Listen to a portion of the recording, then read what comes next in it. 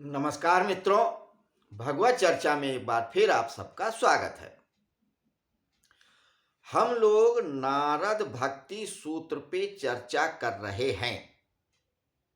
भगवत चर्चा की इस सीरीज में 79 सूत्रों तक हम लोगों ने बात किया है। एक कम 80 84 सूत्र हैं। अब हम लोग आखिरी पायदान पे पहुंच चुके हैं नारद भक्ति सूत्र के 84 सूत्रों की इस भक्ति माला पे। 73 नंबर सूत्र के बाद से जितने भी सूत्र हैं 11, वो भक्ति की सिद्ध के संदर्भ में है कि भक्ति अगर आपकी सिद्ध हो गई है तो बनी कैसे रही, और नहीं सिद्ध हुई है तो सिद्ध कैसे हो। इन दोनों बातों पे विचार किया है इन सूत्रों में। उसी श्रृंखला में 80वां सूत्र आज हम लोग चर्चा में लेंगे। ये भी बहुत महत्वपूर्ण सूत्र है। तो आइए पहले हम देखें कि नारद जी क्या कहते हैं और फिर उस सूत्र पे बात करेंगे। सूत्र कहता है, सा कीर्तिमाना शीघ्रम एवाभिभत्य अनुभाव्यति भक्तान। सा कीर्तिमाना शीघ्रमेवाभिभत्य अनुभाव्यति भक्तान। वे कीर्तिमान कीर्तित होते हुए शीघ्र अवश्य आविर्भावति आविर्भाव होता है, अनुभावयति अनुभव कराते हैं भक्तों को। कीर्तिमाना, जब भगवान कीर्तित होते हैं तो वे शीघ्र स्वयं को अपने भक्तों पर प्रकट कर देते हैं। जब भगवान कीर्तित होते हैं यानी कि जब आप भगवान का भजन करते हैं तो वे शीघ्र स्वयं को भक्तों पर प्रकट कर देते हैं तथा उनको स्वयं का यथावत अनुभव करा देते हैं। इस सूत्र में कई बातें हैं। जब भगवान कीर्तित होते हैं, यहाँ का कहने का एक तरीका है, अलंकारिक भाषा में कहा है। जब भगवान कीर्तित होते हैं यानी भगवान का जब कीर्तन किया जाता है, स्मरण किया जाता है, भक्ति की जाती है, तब वे शीघ्र प्रसन्न होते हैं, अपने भक्तों पर प्रकट कर देते हैं। देखो, परमात्मा का अनुभव बहुत तरीके से हो सकता है। निष्काम कर्म योग के द्वारा आप कर्म करें और उस पर फल की इच्छा ना रखें, ये भी एक विधि है। कुंडलिनी जागरण करके, योग अभ्यास करके, हठ योग के द्वारा भी परमात्मा का अनुभव कर सकते हैं, वो भी एक विधि है। भक्ति भी एक विधि है। बहुत सारी विधियां हैं, लेकिन उन सब में कठिनाइयां हैं। एक प्रोसेस है, एक विशिष्ट प्रोसेस से जब गुजरोगे तभी उनका अनुभव करोगे। कई बार बात हुई है, योग में जब आप प्राणायाम करोगे, नियम करोगे, संयम करोगे, ध्यान लगाओगे, फिर बहुत सारे ध्यान का अनुभव करोगे, निर्बीज समाधि, सबीज समाधि, नरमेध समाधि, फिर उसके बाद भी कहीं जा करके आपको अनुभव होगा। जन्मों लग जाते हैं, बहुत वक्त लगता है, बहुत मेहनत लगती है, बहुत संकल्प शक्ति की जरूरत होती है।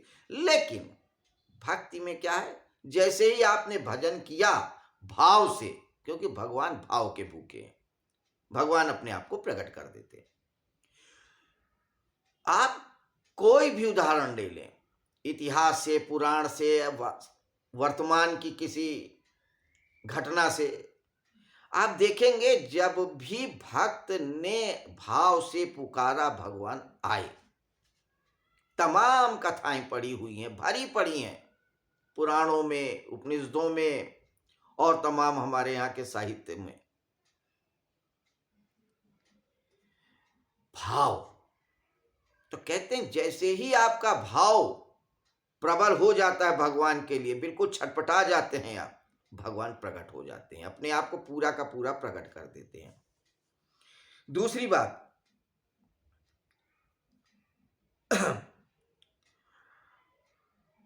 उनको स्वयं का यथावत अनुभव करा देते हैं, जैसे हैं वैसे। कोई प्रक्षेपण नहीं रखते हैं, कहीं कुछ अंदाजा वाली बात नहीं रहती, जैसे हैं वैसे। अब इन सब बातों के बाद एक बात और बताएं। कथा ये कहती है कि नारद मुनि बहुत छोटे थे, अपनी माँ के साथ रहते थे। 5 साल की उम्र में उन्होंने ऋषियों से भगवान की कथा सुना और बात उनके मन में आ गई कि वासुदेवा सर्वम। और कथा सुनने के बाद माँ के साथ रहते थे। कुछ दिनों बाद माँ गुजर गई, तो विवल होके वो चले गए और भगवान का भजन करने लगे। एक ही बार स्मरण किया और भगवान प्रकट हो गए और उन्होंने अपने आप को दिखाया नारद जी को और कहा, देखो तुमने एक बार पुकारा और मैं चला आया, लेकिन अब आगे से तुम मेरा सिर्फ स्मरण करो, क्योंकि अब तुम जितना भी मेरे लिए बेचैन रहोगे उतना ही तुम सांसारिक चीजों से दूर रहोगे, भौतिकताओं से दूर रहोगे, क्योंकि अब तुम्हें सिर्फ मेरी प्यास रहेगी, यानी ईश्वर की। ऐसा नहीं कि भगवान का अहंकार है, एक तरीका है उनको प्रकृति से दूर करने के लिए। और वो भगवान का भजन करने लगे। करते करते वो भक्त शिरोमणि हो गए। बहुत सारे ऋषि मुनियों के भी गुरु हुए, व्यास जी के भी गुरु हुए, जिन्होंने वेद पुराण सब लिखा। बड़ी मीठी कथा है कि एक बार व्यास जी बड़े उदास बैठे थे, वेद पुराण उपनिषद सब लिख करके, सब कुछ था। नारद मुनि आए तो उन्होंने पूछा कि आप नाराज क्यों हैं, निराश क्यों हैं? तो उन्होंने कहा कि हमें अभी भगवान का वास्तविक दर्शन नहीं हुआ है। वेद पुराण उपनिषद सब हमने लिख लिया, सबका क्लासिफिकेशन कर दिया, वर्गीकरण कर दिया, व्याख्या कर दिया, महाभारत लिख दिया, भगवान के दर्शन नहीं हुए। यही मेरे दुख का कारण है और निराशा का कारण है। नारद जी ने कहा मुस्कुरा करके, तुमने किया, भगवान का ही सब कुछ स्मरण किया, उन्हीं का कीर्तन किया, लेकिन सिर्फ और सिर्फ भगवान का ही